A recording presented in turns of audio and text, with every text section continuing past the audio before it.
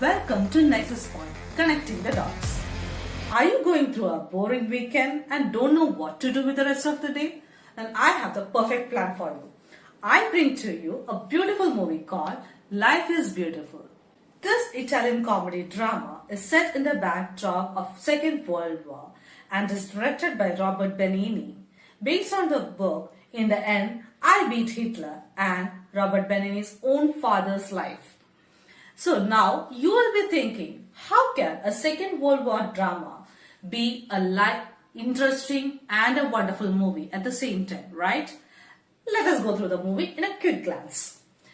In the first part of the movie, we see that Roberto Benigni, our protagonist, is an Italian Jewish book owner and he tries to woo his love of his life through his witty, sharp and comical responses.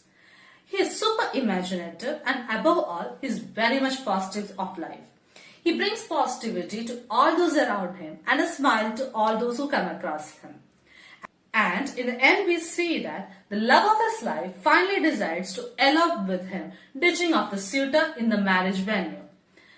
As the movie progresses to the second half, we see the dark nature of the World War coming over and affecting the families around them.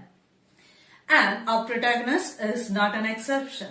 But how he deals with the situation forms the crux of the story. We see that as the war progresses and they are taken to the concentration camp, he does what every parent would do.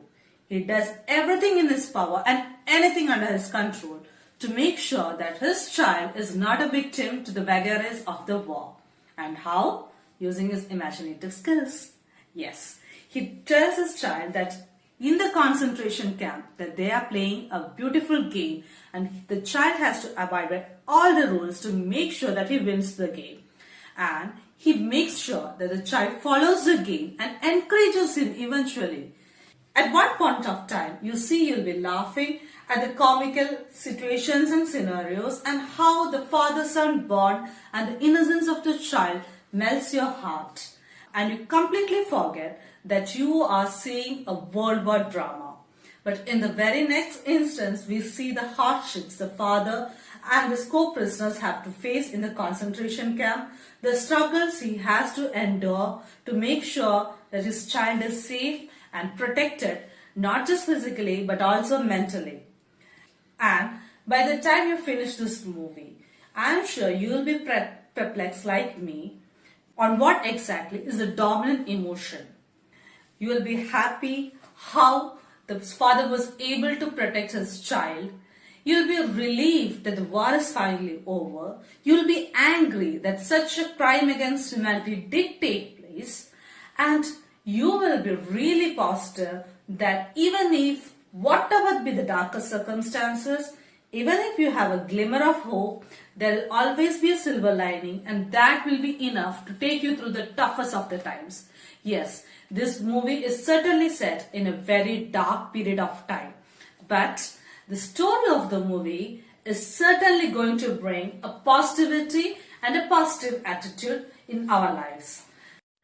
In this world where now people are often depressed and facing a lot of mental stress, this father shows how not just physically but mentally also having a safe and secure childhood is very important and how it is important to protect the innocence of the childhood so that he doesn't have to live with the trauma throughout his life.